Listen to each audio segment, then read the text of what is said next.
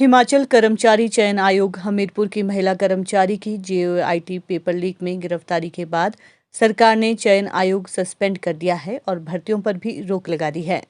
मुख्यमंत्री सुखविंदर सिंह सुक्खू ने शिमला में पत्रकार वार्ता कर कहा कि वर्तमान कांग्रेस सरकार सत्ता में व्यवस्था परिवर्तन के लिए आई है। नौकरियों में पिछले 5 वर्षों में व्याप्त भ्रष्टाचार हुआ है, जिसे जड़ से खत्म करने की कांग्रेस सरकार की प्रतिबद्धता है।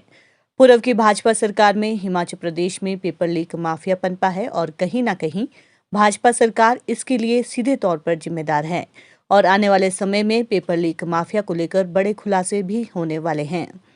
सुखविंदर सिंह सुक्खू ने कहा कि पिछले 5 साल में गलत तरीके से सरकारी भर्तियां हुई है और सरकार की संलिप्तता भी इसमें हो सकती है। पुलिस पेपर लीक मामला पूर्व सरकार के समय का एक बड़ा उदाहरण है, जिसको लेकर भी सरकार जांच कर रही है, लेकिन पूर्व की भाजपा सरकार ने इसको लेकर भी गंभीरता नहीं दिखाई। जेओआईटी पेपर लीक मामले को लेकर फिलहाल एसआईटी जांच कर रही है। सरकार ने सभी भर्तियों को पोस्टपोन किया है और अगले 60 दिन के बाद फिर से भर्ती प्रक्रिया शुरू की जाएगी।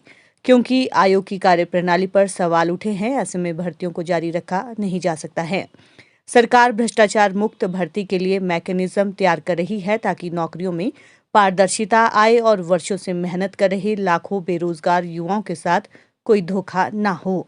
मुख्यमंत्री ने साफ दावा किया है कि हिमाचल में जीरो टॉलरेंस करप्शन फ्री सरकार देना कांग्रेस का वादा है और इसी दिशा में सरकार आगे भी बढ़ रही है। हमारी सरकार ने हिमाचल के युवाओं को विश्वास दिलाया था कि जितने भी घोटाले नौकरियों से संबंधित हुए हैं, हम जनता की अदालत में उसको लाएंगे। इसी दृष्टिकोण से 25 दिसंबर को जेओआईटी का पेपर होना था।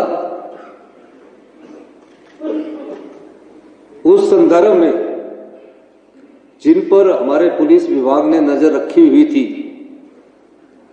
हमें एक सुराग मिला और उस सुराग के आधार पर हम धीरे धीरे आगे बढ़े और जब हमारे पास पुख्ता सबूत हो गए,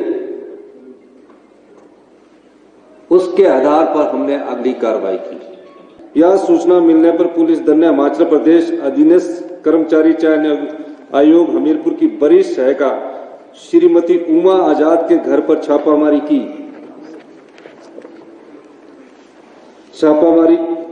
जहां की शिकायतकर्ता को प्रश्न पत्र सौंपने के लिए ले जाया गया था। छापामारी के दौरान वहां से प्रश्न पत्र बरामद किए गए और 6 आरोपियों को उनके घरों में गिरफ्तार किया गया।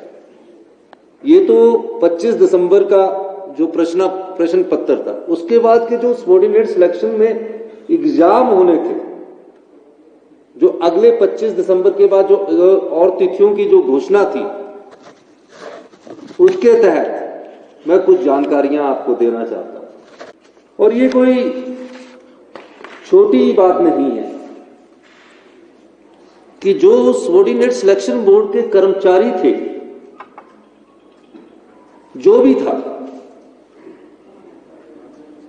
वो सब शंका के दायरे में आ गए। और ये जो धंधा था पिछली भारतीय जनता पार्टी की सरकार से शुरू हुआ, उसको विस्तृत जानकारी प्राप्त की गई। सभी सूत्रों से पता किया गया तो कहा गया कि कई ऐसे जिनके रिजल्ट निकल चुके हैं, वो लोग भी चयनित हो गए। तो आगे की परीक्षाएं होंगी, हम उस पर अध्ययन कर रहे हैं कि किस प्रकार से ट्रांसपेरेंट तरीके से हिमाचल के 14 लाख युवा है जो अपने मन में एक सरकारी नौकरी का सपना सुजोए रखते हैं, हमेशा सोचते हैं कि पढ़ लिख कर हमें सरकारी रोजगार मिलेगा। गरीब माँ बाप का भी एक सपना होता है कि उसका बेटा सरकारी नौकरी लग जाए, अपने बच्चे को कड़ी मेहनत से वो पढ़ाता है। हमारी सरकार का दृष्टिकोण बिल्कुल साफ है, आने वाले समय में पारदर्शी तरीके से नियुक्तियां हो, कोई भाई भतीजावार ना हो, मेरिट को इग्नोर नहीं किया जाए, कोई रिश्तेदारी ना देखी जाए। बड़े दुख के साथ कहना पड़ता है कि पिछली 5 साल की भारतीय जनता पार्टी की सरकार ने अपनी आंखें मूंद रखी थी। अयोग्य उम्मीदवार चुने जा रहे थे, पेपर खरीदे जा रहे थे, पर भारतीय जनता पार्टी की पिछली सरकार के कान पर जूं नहीं रेंग रही थी। उदाहरण एक सामने आया, पुलिस भर्ती पेपर हुआ, मामला पता लगा कि पुलिस भर्ती पेपर लीक हो चुका है। उससे पहले भी एक मामला सामने आया, विधानसभा के पटल पर हमारे सदस्यों ने आवाज उठाई कि पेपर लीक हो चुका है, लेकिन भारतीय जनता पार्टी ने अगर आंखें मूंद ली है उस सरकार ने, तो ये हिमाचल की जनता के साथ भारतीय जनता पार्टी की सरकार ने हिमाचल के लाखों युवाओं के साथ बहुत बड़ा धोखा किया है। इस धोखे का जवाब भारतीय जनता पार्टी को देना पड़ेगा। 14 लाख युवा जो सरकार से आशा लगाए बैठे थे,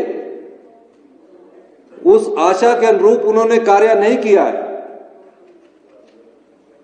इसलिए हमने फैसला किया है कि अगले 60 दिनों में पूरे भर्ती प्रक्रिया में पारदर्शिता लाई जाएगी और जो हम जो एग्जाम करवाएंगे वो पूरे पारदर्शिता तरीके से आगे लाएंगे।